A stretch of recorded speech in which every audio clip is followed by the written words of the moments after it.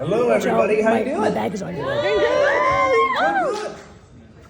Awesome. Well, hello. Runway here, in a way. Oh, yeah, exactly. Well, I suppose we should introduce ourselves, David. Yeah, are you our moderator? Apparently. You don't have Hello, to. moderator. What's your name? Introduce yourself to the crowd. We can okay. moderate it ourselves if you want. If that's. We like having a moderator. No, though. it's up to you. Come You on. know what? You know what? They're Three's paying, company. They're paying me. I think I might as well earn it. Hi, everybody. My name is Sefi Hakubi. I will also be your moderator for the voice actor panel. Go ahead. Yeah, let's start with introducing yourselves. Sure, yeah, let's do it. My name's David Matranga. I'm a voice actor. I've done a little bit, but I'm the English voice of Shoto Todoroki in My Hero Academia, Bertolt Hoover in Attack on Titan, Street Fighter 6, I'm Ken Masters in that. You can IMDb me, it's out there, but yeah, that's all I can remember right now. I mostly know you from like Clanad. Yeah. I remember we was familiar from that. Oh yeah. Yeah. I still talk about that. I love that show. That was a really fun one. God, Really sad. It's brutal. I It's know. brutal, I know, but I love that show. I know. Yeah. Yep. And I'm Michael Kovach, and I'm a voice actor for a bunch of independent animation online. You know me from Hazbin Hotel, the pilot at least. I see some Murder Drones people in here. Murder Drones, Digital Circus, Lackadaisy. I was just in the newest chapter of Poppy Playtime, the video game.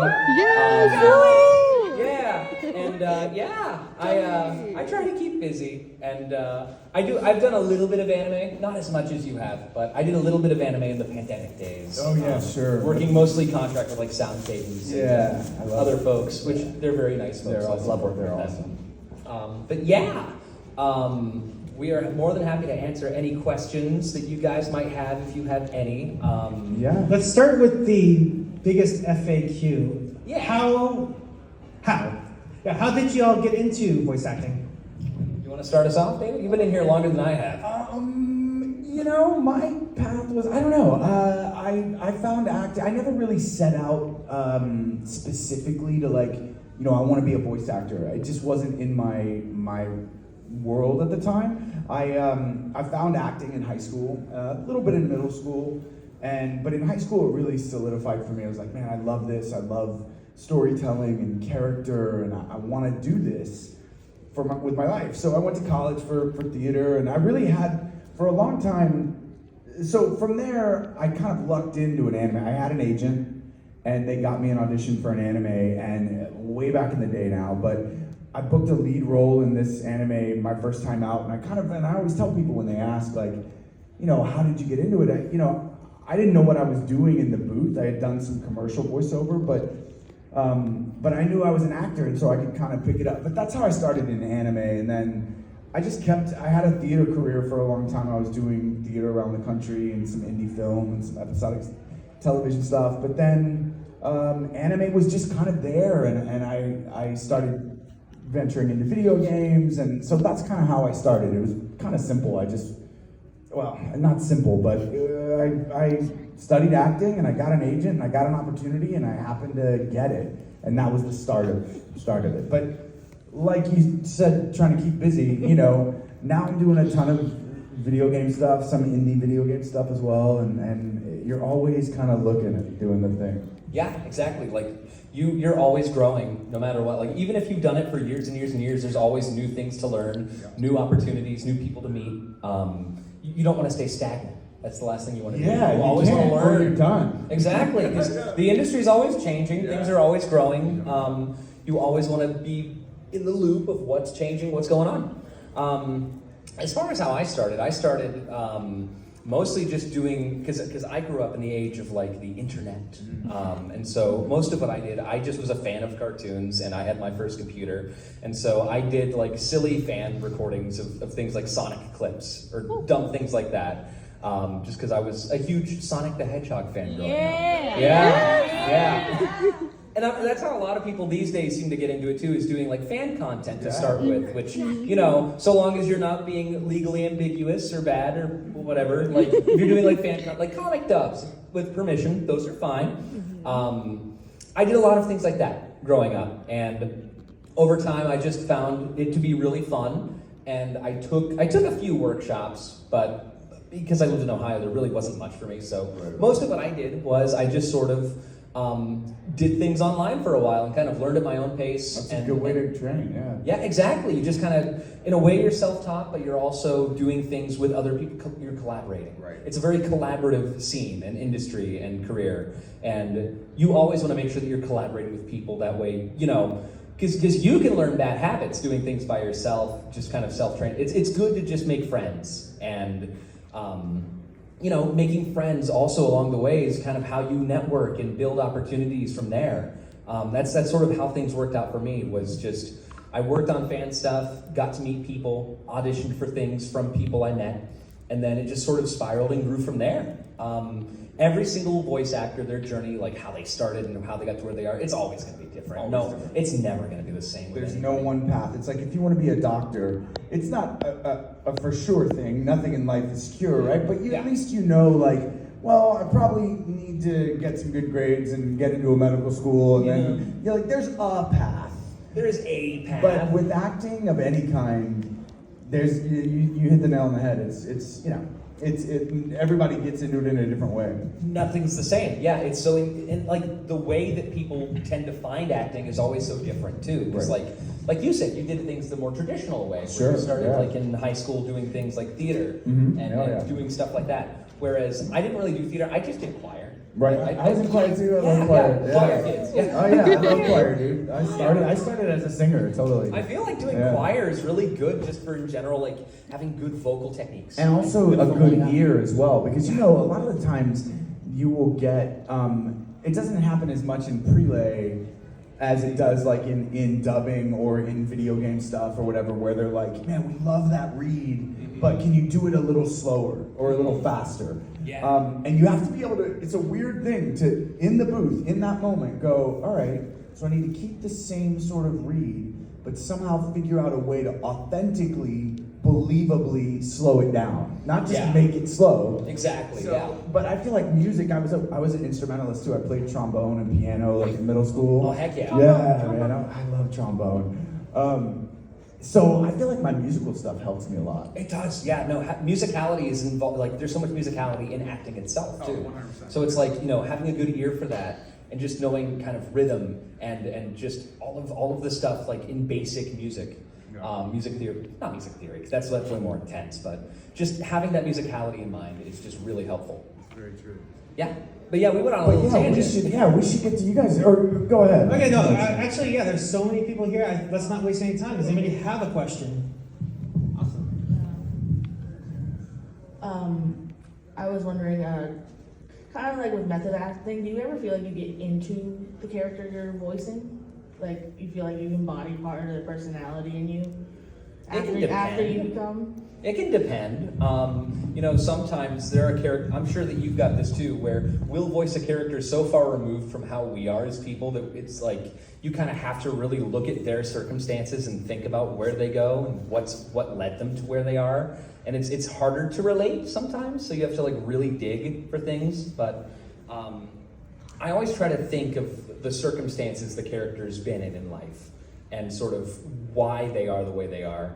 But as far as like actually method acting, I don't know about that quite, like not all the time. Yeah, no, I mean like, you know, we all know when we hear method acting, we think about the hardcore method actors who never leave character and, you know, like nothing like that. But I get what you were, I mean, part of your question was, or what I heard was, you know, do you ever really, you know, find that you relating so much to a character that it's part of your personality or you something like that? And yeah, for sure.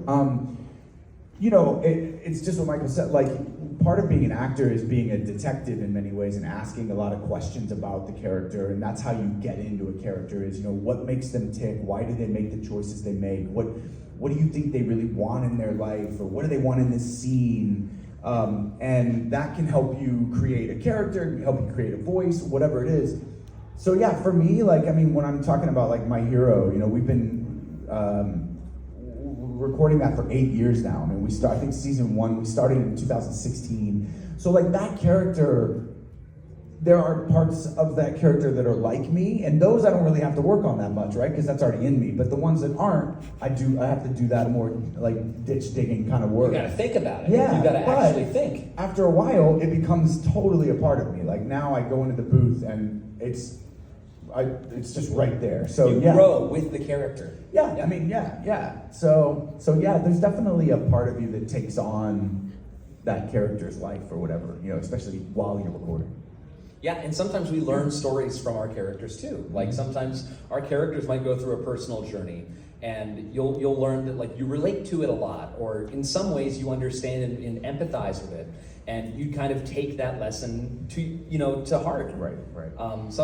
We learn a lot from characters the same way that you guys do. It really is. It's like a relationship in a way. Like, It is, yeah. I mean, people always ask me things about like, what about this XYZ or different character do you like, or what is it that you respond to? And it's different for every character, but they're always usually, like you said, like lessons that I admire about the character, or I'm impressed by, or so it's cool to have that relationship with a character that way.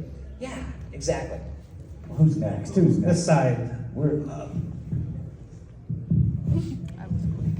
I was wondering if anyone can work hard enough that they can be a voice actor like you guys. So is your question, if you work hard enough, can you be a voice actor? Yes. Yeah.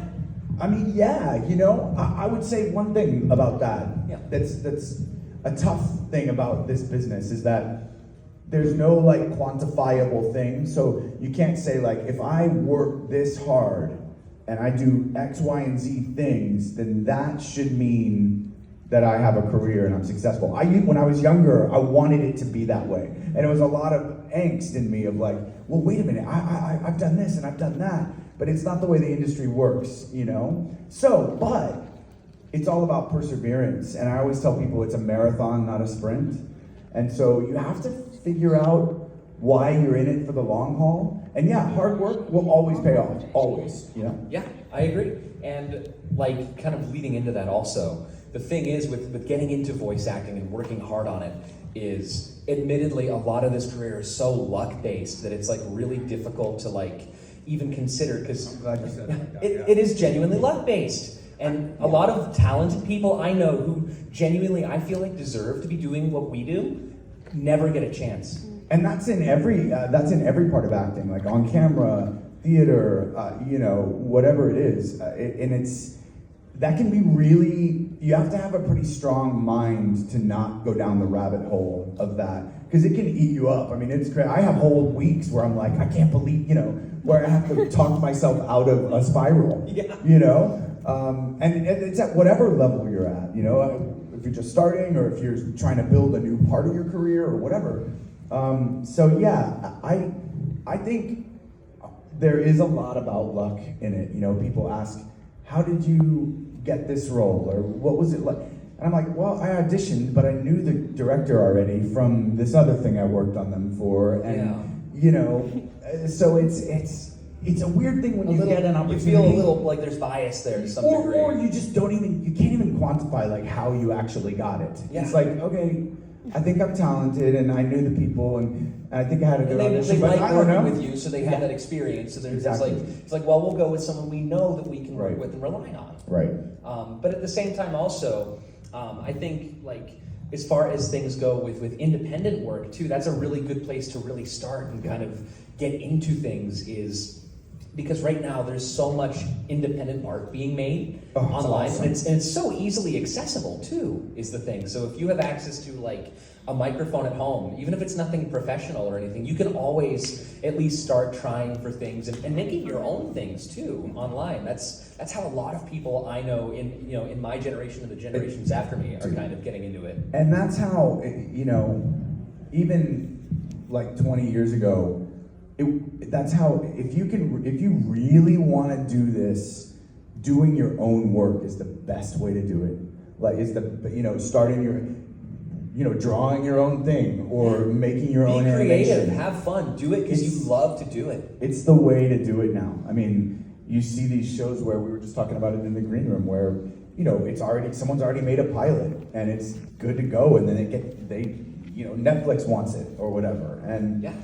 so yeah, it's a crazy thing, but you have to keep at it. I always tell people, like, if you could do one thing every day, even if it's a small thing that you feel like is moving you forward in some way, that's the best way to look at it. Mm-hmm. Yeah.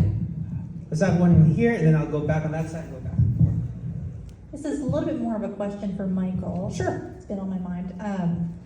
So first of all, same thing with the animation industry. It's incredibly small, Oh yeah. but there's millions of ways to get into it. Everybody has a different way in. That's all I'm going to say there. Mm-hmm. My question for you, Michael, was, I know that you had the previous relationship with Vivian Madrano and working Of course, with the yeah. pilot, but do you have any plans to maybe get involved with anything for Hello Boss or any I would other projects? never be opposed is the thing. Like, I just haven't been approached about it or given like any opportunities to try for it. But if Vivian ever wanted to have me back for any reason whatsoever, whether it be like even just a small cameo or anything, I never would close that door. That door is always open if they ever want to approach me. But that's not up to me. That is up to if Vivian wants to have me, or if there's like a character they think I'd be a good fit for. We can't control sort of what we all work on is the thing. It's funny the way, I just have to dissect Yeah. this for a minute. Like, because the way you asked that question. It's like we hate each other. No, that's not where I was going. No, the verbiage of "do you have any plans to" is the way you ask it. It's like, what are you gonna do to get there? No. What I'm saying is you have no control over those plans. So the only thing, even though you've worked with her, you were in a pilot, the only thing I was just thinking as you were talking, like, the only thing you can do in that situation is, send a note, an email, and be like, hey, I was just watching blah, blah, blah. I love the episode with blah. I would love to work with you again if you think there's a role that's right for me. Like, that's about the only thing you can really do. Yeah, and I left that door open too. So Of course, if yeah. that ever comes by, if there's ever a thing that she wants to do with me, I'm always happy to. But that's a great example That's something of you like, can't control. Yeah. and that's a great example of like doing that one thing every day. Like if you feel like compelled to send someone a message, if you do it professionally, Yeah. yeah. If it's on your mind, Yeah, I've literally sent things to people I've worked with like years ago and been like, hey, I was thinking about this, we did that, and I would love to, if you're working on anything that you think I might be right for, I'd love to audition. And people were like, oh my God, yeah, okay, cool, I'll get an audition the next day. So, it's such a weird business, but Yeah. Thank you for your question. All right, how about this side? Hey, how you doing? Hello, bud. Yeah. First off, I respect and admire both of you greatly. thank you. The question, what would you both say would be the hardest and or most complicated characters you have had to play? I can speak recently because the most complicated role I've ever had to do was actually Doey from Poppy Playtime Chapter 4 because that particular character is a big hunk of Play-Doh, but that character is basically 3 different children inside of one body, and they all have different personalities. Yeah, and with that character, there's like a character who is like I don't remember their exact ages, but there's like a 15, I think they're 15 or 16, named Matthew, who's like this nice, generally sweet, like kind-hearted leader type, who is very nice. And then there's a slightly younger character named Kevin in there, who is not a very good person, gets very angry easily, agitated, very much just not the most thoughtful person. And then there's a little child who's like 8 or 9 named Jack in there, maybe younger, who's just really like not stupid, but like very immature and very like lighthearted and just laughing all the time. And so you have to have a good with that character because they'll change on a dime.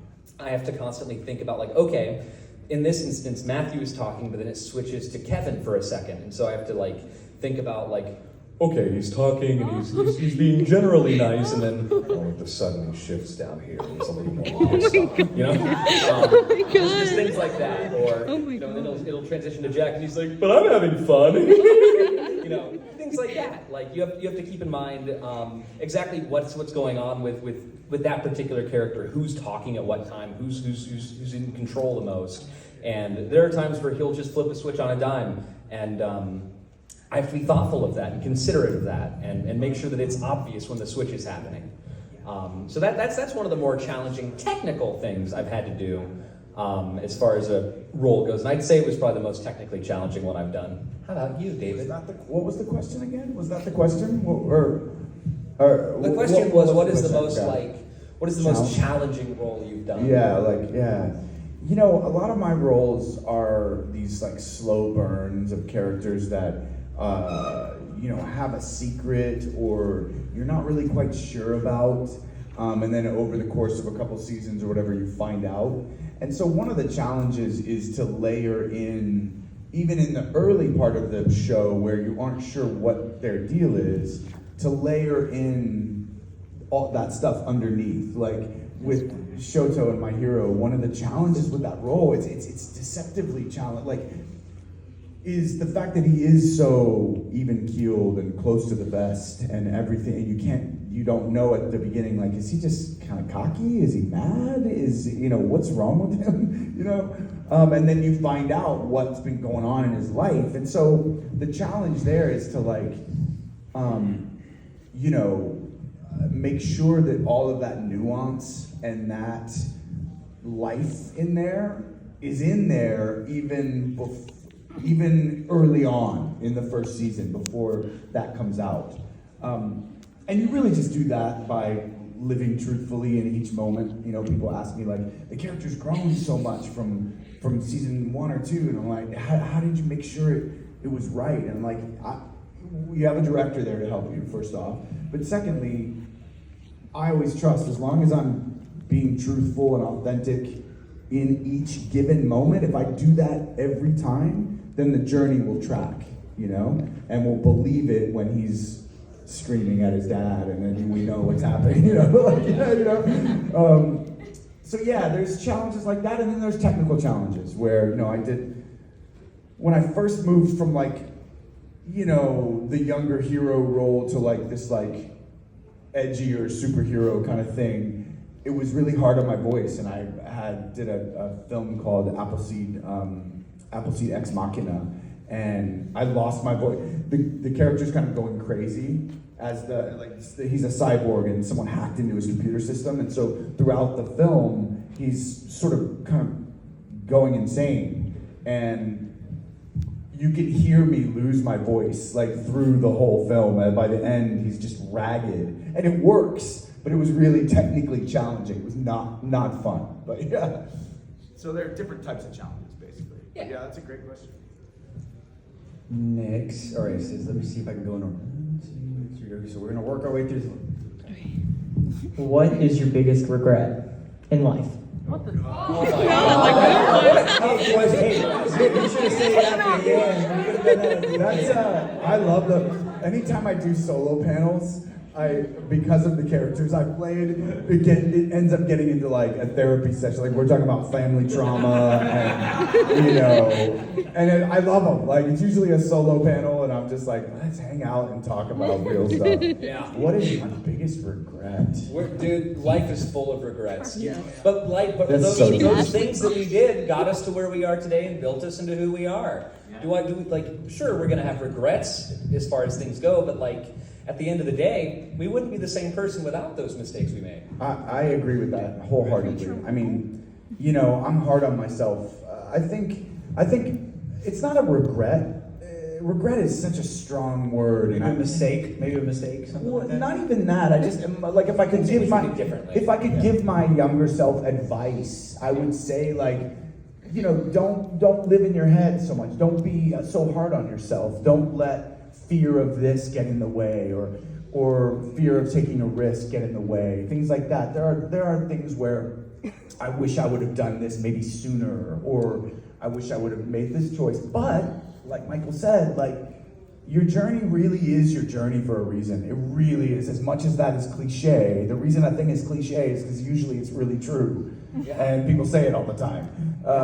So yeah, there are sometimes when I moved away from New York, and I sometimes will think, even now, I'll go, I wonder what my life would be like if I had stayed.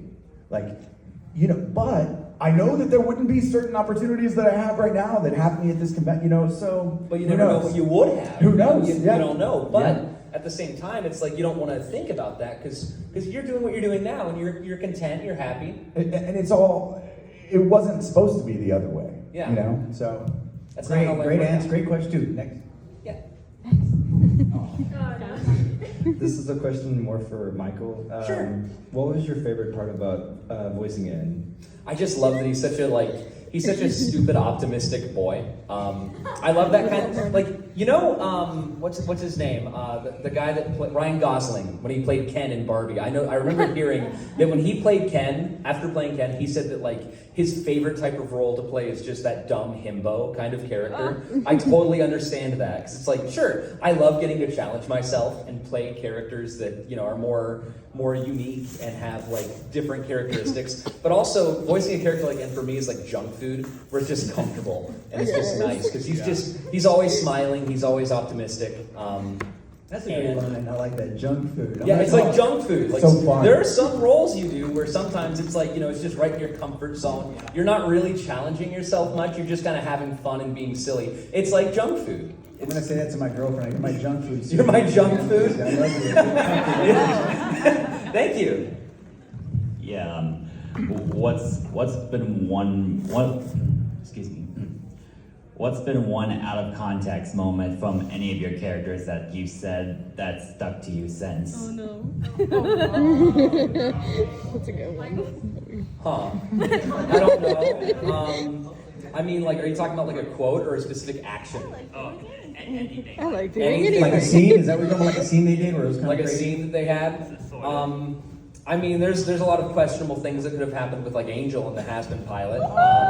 Jax in Digital Circus has said and done some questionable things to characters. Some things we don't even know about that probably happened at some point off camera. But he's just not the most pleasant person. I think I'll use just a quote. This is one of my favorite quotes that I've gotten to say is in Digital Circus is Jax is I didn't expect this to be in the script because it's technically an internet meme. He has a line that he says to the character Gangle where she's not being she's not listening to him, and he's just aren't you supposed to be submissive and agreeable? That's a reference to an internet meme that I don't know if I can repeat it. Aren't you supposed to be submissive and breedable? It's a reference to that. You just said, I don't know if I can say it. I'm gonna say it. There wasn't even a pause. Whatever. It was part of the same sentence. My brain was I shouldn't say this. I'm going to say it. Yes. I allowed people a chance to earmuff it. That's why you did it. Exactly. Yeah, don't even, catch it by surprise. What about you? God, man, there's so many of those kind of ideas that lines I've had to say in certain roles where I'm okay, this is. Yeah, especially in anime. Yeah, there's some of those. Yeah. There's one. I'm just. You're like, do I say it? Mostly. Yeah, I'm not gonna say one of them. You just have to go find it. Yeah. There's one line that stuck to me because it was the hardest line I ever had to do as Todoroki, and it's not what people would think, but it was a line where it's kind of a fantasy moment where he says, "You have a beautiful face, my dear," and it was this romantic moment, and it was weird because it wasn't in the life of the character. So I was how do I even do this? And the director, who is a great friend of mine, and she goes, okay, just give us your best romantic Todoroki.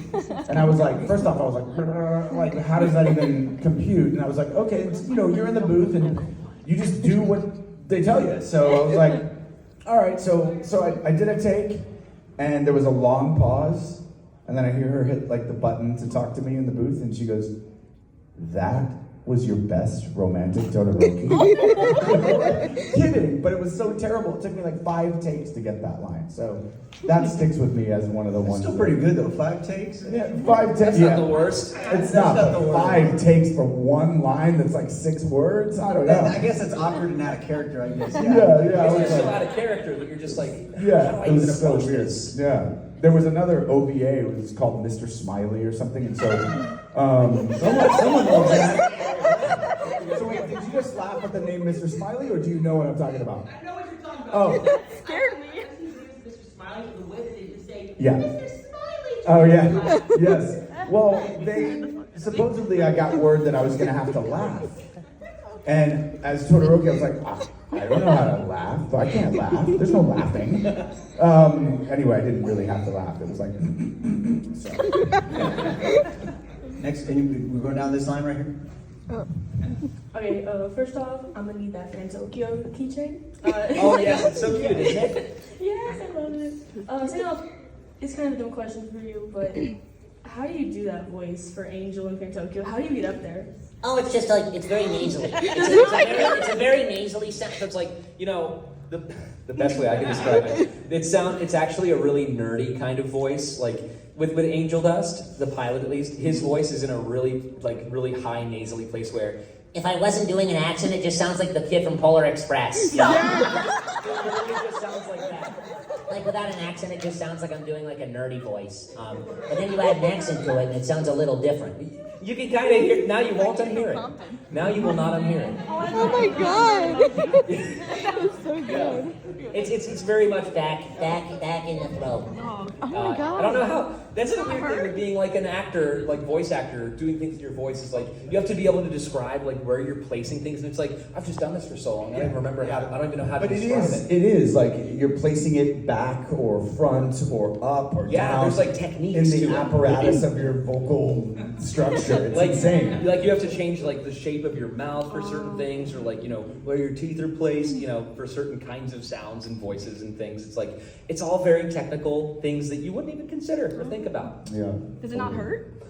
It used to hurt like a little bit, but like it's one of those things where you train that muscle and you get used to it and you practice and like if it hurts genuinely, if it's something that actually hurts, you don't do it because it's bad for your throat. You have to learn to do things that are manageable. And you figure out when you're creating a voice like that or a crazy high voice, or I once had to play this really like robo dog that had this screechy voice, but you figure out a way to like put it in a place where you can sustain it, Yeah, exactly. And also knowing your limits and knowing how long can I do this realistically before it actually starts to suck.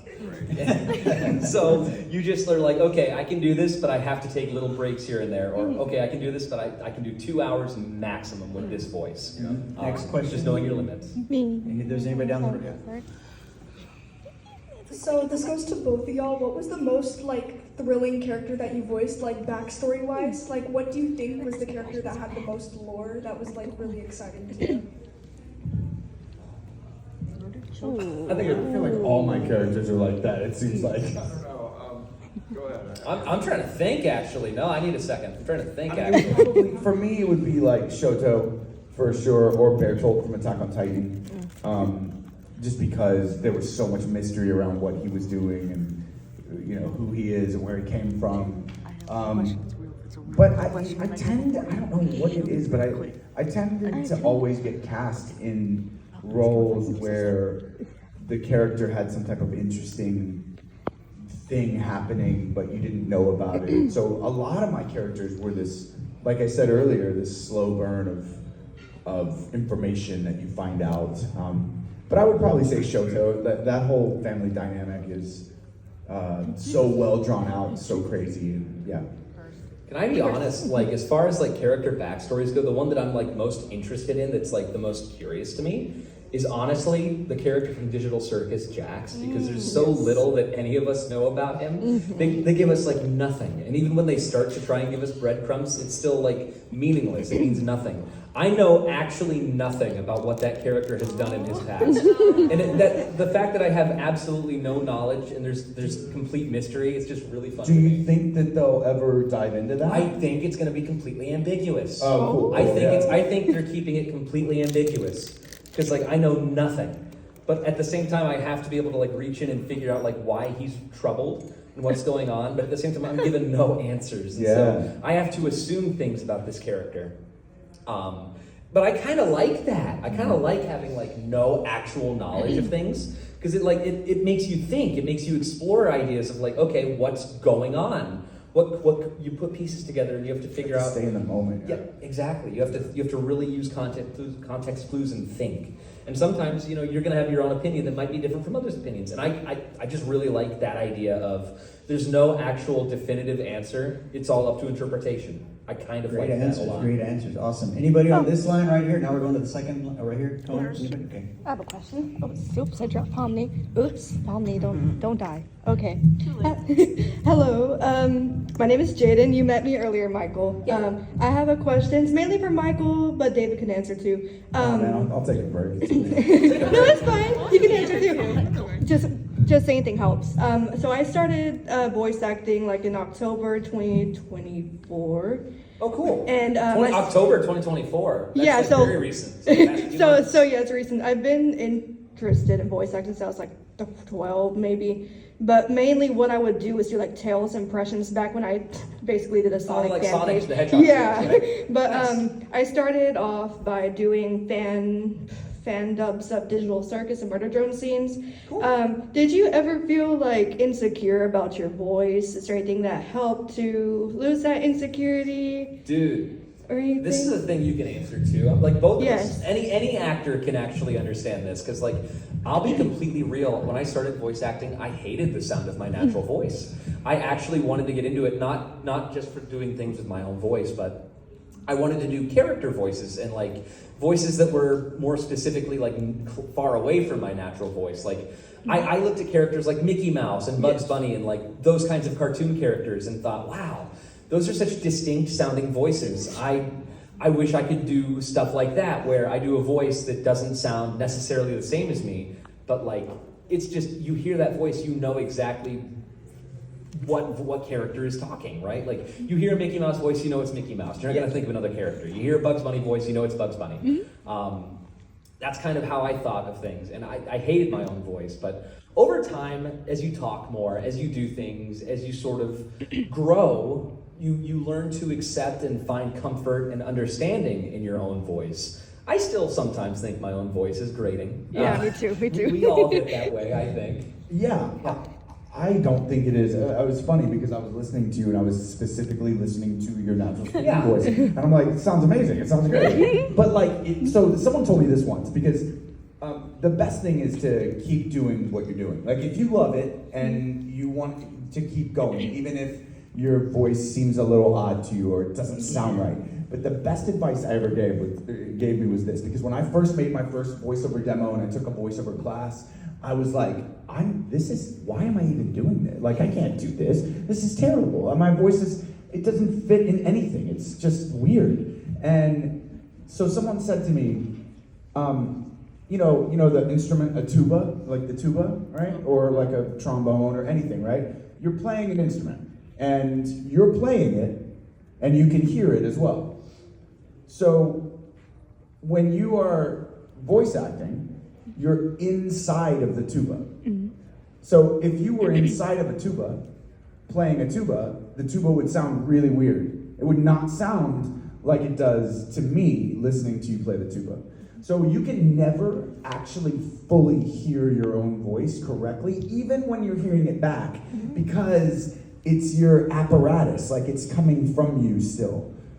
So just always know, really, honestly, like people tell me they can pick me out and have a unique voice, and I'm like, that is the last thing I thought. When I was in college and I was acting, I was like, well, it's a good thing I'm a stage actor, and because I don't think I could do like voice acting as the thing, because I thought, so yeah, but the thing is, you can never accurately hear your own instrument back, you know? Exactly. And also, when you start voice acting versus when you have established yourself, admittedly, sometimes your voice actually does genuinely, over time, change. And you can become more comfortable and confident. Great answers, yeah. That's great. Yeah. Next. Thank you so much. Yes, me again. One's a small question is, have you ever watched HGTV? HDTV? Yeah. Has ever told you, David, that you look like the third Property brother? One person told me that one time, yeah. Like you look like their cousin. I wanted you to say, I have just a really small question. What are your life's regrets? You sound like actually. Yeah. I think you sound like Sam Winchester a little bit from Supernatural. Oh, no way, yeah. I think you sound a lot like him. Yeah, that's cool. But my real question is, I feel like it has to be asked. Have either of you ever read any fan fiction about your characters? I actually have. Yeah, like when I first got on TikTok, people were freaking out. I know, they were acting like I was like needed to be protected from my own and I was like, what is happening? I'm an adult human. David is such a baby. We need to save him. The fan fiction, I'm like, and they're all like, don't let him see this. And I'm like, well, now I'm gonna see it. Now I got it. Great tactic. That's like, don't look at the, pink elephant in the room. It's like, yeah. It's like, oh, don't look at it. Well, we're gonna look at it now. So yeah, yes. Is the sort of I've read a good few fanfics. Yeah. Do you have a favorite? That's a different panel. I don't know about that. Maybe if we do like a nighttime panel. Oh my god! If it's After not rated, hours. that's not. After hours. You guys gonna go this way now? Anybody? Any questions? So good. That was a good one. Only radio does. Hello, friend. So this is a question for Michael. Hello. As the creator of Murder Drones Insecurity, what are your general thoughts on it? It looks cool. Like honestly, Oh my your God. work is fantastic. Like again, I know you. We've been talking a lot off, the convention itself, but genuinely, you do great work, and your models are always immaculate. For context, everyone in the room, they do a bunch of 3D modeling work. They go by Animated Thing online. They're super talented. They do a lot of murder drone stuff. Yeah, very cool. Thank you all. Very cool. Oh my god! And you do fantastic work. You've got a bright future ahead of you, and I'm really excited to see what you do with Insecurity. Thank you. Yeah. Just hopefully Glitch recognizing you for once. Hey, doing fan stuff is kind of how a lot of people really get noticed by folks. Yeah. Thank you. Really appreciate it. Yeah, of course, dude. Now we're gonna go this way. Anybody in here? You have a question? Are there any notable differences between animation voiceovers and anime voiceovers? Oh, 100%. Oh, totally different thing. Animation is prelay, anime is usually dubbing. So prelay is it's not animated yet, or it's just animatics or sketches, and you're not trying to. You're the original creator of that character, basically. In anime, it's in Japan. And that's the original creators, and then you dub it.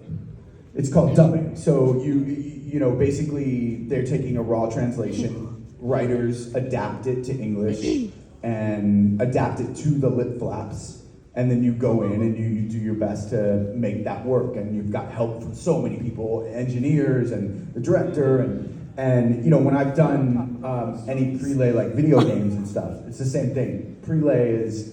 There's no animation, or maybe you're looking at a picture of the character or a sketch or something, and then you create the voice, and you're not constrained by anything else, and then they animate it afterwards.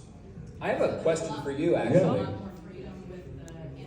Yeah, that's actually part of my question to you, actually, David. Is knowing that you've done so much anime and also video game work, and I don't know if you've done prelay animation much. No, I've done a few things, but not anything that's hit or anything. Just small Gotcha. stuff. Well, you've done a little bit of it at least, right? Yeah. So as far as you're concerned, as far as doing prelay and doing anime, what's harder for you? Is it harder to have the freedom of choice in prelay, or is it harder to have to match the constraints of anime? I think I like. I don't know if one is harder. I've done anime for so long that is normal. Second nature to you at this point. But I think it's harder to do that. I like the freedom because I come from the theater world where I'm reading a play or I'm reading a screenplay or whatever, and there are no constraints. Like whatever my choices are, the timing of the character or whatever, I like that freedom. But I like your question because there are some people I think that feel like that kind of freedom is too much and they're not sure what to do with it. But yeah, so I don't feel constrained by it, but it's definitely, by the anime thing, when you're dubbing, there's a lot of technique involved because you have to keep your performance while doing all kinds of technical things like helping them to change tempos to match lip flaps, or even video games that are like Street Fighter is a Japanese video game. even though I'm not matching lip flaps, I'm still have to stay within a certain amount of time, because that's how much time they have, because that's how much time the Japanese actor took. And so yeah, that's a great question. Sometimes you have options where you really like have a hard time even being able to fit it, because it's like the flaps are too fast, or Right. like you have flaps where sometimes the mouth is just not even close, and it's like, well, we realistically can't even do this. Yeah, and there's you have to different, fake it. I mean, I did Trigon Stampede, which was CGI, right? And CGI flaps are different than regular animated flaps because there are small mouth movements, and so you have to add in different breaths and add in different mouth sounds and different things to make it realistic. Don't even get started on live action dubbing. Oh god, there's a live action dubbing. It's tough. It's just difficult. Yeah, because it never really seems like it's coming from that person. Exactly. It always sounds not natural to me. Always the same. Next question. How afraid of AI are you? What? AI picking your jobs? AI. Oh, what do we think of AI? It's scary. I like how you phrase it. How afraid of AI are you? I didn't even comprehend it as like a question in my background. But yeah, no, it's scary. Yeah, it is scary. You know, I mean, like, this is like a I don't know, window into my personality, I guess. There's a part of me that wants to believe in the good and in the truth and in human nuance, and that will prevail. Yeah. But I also know that technology will get good enough at some point where we aren't able to tell the difference. It's already happened, you know? I've literally seen so many videos where I can't even tell that it's AI anymore. Right. It's scary. So, like, I want to believe that there will always be something missing from AI, but I also know that it will probably get good enough to where it is good enough, and we consume our content that way. I'm just a purist in a way. Like, I really, like, I will just go back to doing theater where people come into a room to watch me. I mean, that's what I'll do. Like, I'll create my own show that's badass, and that's, you know, I don't know. I think that there are ways to use AI. I'm not against AI. I think that there are ways to use it. I just don't understand why. It's already everywhere. I mean, have you noticed that your predictive text is worse? I'm sorry, but like predictive text, sorry. Now I'm starting to curse. Like 5 years ago was badass. I was like, this is amazing. And now it sucks because it's all AI. It'll get good again. It just sucks right now. Yep. You know? And I don't know. I just wish we could use AI for like some real serious good Like in the using world it instead of in replacing friggin' actors who already don't make that much money and can't even support themselves. Oh God, you've opened the floodgates. Yes, no, AI is one of those things where, you know, it's got growing pains and it's scary, and eventually it's going to get really good to a point where it's unrecognizable that it's AI, and that sucks. That's scary to think about. At the same time, it's like that technology can be useful, but you know it's not going to get used for all the good reasons that people would want to use it for. Yeah. That's exactly it. Is that people are just in like big business and capitalism and things, people are just very, very stingy and cheap. And so they're going to go for it as like a method of just replacing people that are expensive. Yeah. And the sad thing is that people will do it. Like, I've already had like 4 or 5 auditions come through my inbox offering to pay me a lot of money to contribute to a voice bank that will train AI. And I didn't do those because I just can't. But someone will. You know? Yeah. Someone will. Because of money. Desperate who needs the money, exactly. right? And they would be justified. You know what I mean? Because you know, people are not financially well off. You know, they need to be able to support themselves somehow. It's like desperate times call for desperate measures. You can't fault them for it. I just hope that the person who does do it is really sucks, so the AI model just sucks. Yeah, I'm kidding. There you go. And we have one final question right here. Oh. What was the most awkward character you have played? Most awkward the character itself is awkward, or they felt awkward playing it? Oh, like, so what character did you feel I'm sure awkward you've got playing? plenty, David. God, I actually, no, okay. I don't know, man. I don't play. I'm trying to Most think. that I felt the most awkward Like doing. most Right, yes. uncomfortable, I Yeah, guess. maybe uncomfortable, yeah. I'm trying to think too, because admittedly, most of the characters that come to mind, maybe they've had uncomfortable moments, but nothing actually like uncomfortable for me. Just if anything, it's funny and silly. Yeah. Also, Because you make fun of it sometimes. You have also fun with we it. can't really, if this is my opinion, but you can't really judge your character. Like, so if I was to feel awkward, it would typically be because I was having an opinion about the character as the actor that made me feel weird. Yeah. But if I've been hired to do a job, I'm fully embracing the character, and I get behind that character in some real way where I don't feel awkward or where I don't judge them. There's the saying, like, you never play a villain, because a villain never thinks they're a villain. I mean, there are some arch villains that, they play into their villainness, but at the end of the day, they're doing it for a real reason that they believe in. And so, I don't know, man. I don't know. It's hard. It's a hard question. I'll be thinking about it, though. I don't That's for think sure. I have an answer for this either, because again, nothing has really made me actually that uncomfortable as far as like voice acting for any particular character goes.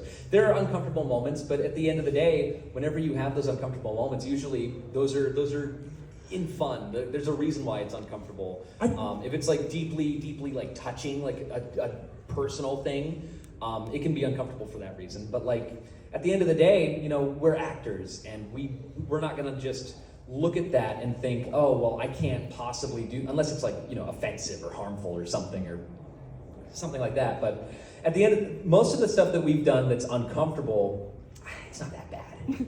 Yeah, that's a good way to say it. Yeah. Yeah, I don't. It's like you voice, for instance, the character Doey that I voiced in Poppy Playtime. That character has an aspect of himself that's very childish. And so to an extent, I'd have a character that's like acting very, very, very doofy and young and like immature. And for some people, they might think, oh, that's really uncomfortable for me to do because it's like, I feel like I'm such a child again or something. Like, I'm an adult, I can't do this. It's like, embrace it, have fun. I guess the one thing that comes to mind is I played a character in Fire Emblem Engage. Zelkov is his name. And he's kind of this kooky, quirky character where he like overemphasizes a word. Like a word in every sentence is like lifted or underneath or like, and in the script, they would use an asterisk to kind of point me in the direction of, we want you to do something different with this word. That was challenging, a ton of fun, but sometimes awkward because it was like, how do I make that different, So it was challenging in that way. But that was me feeling awkward about, can I make this work, You know what? Actually, I have a good one.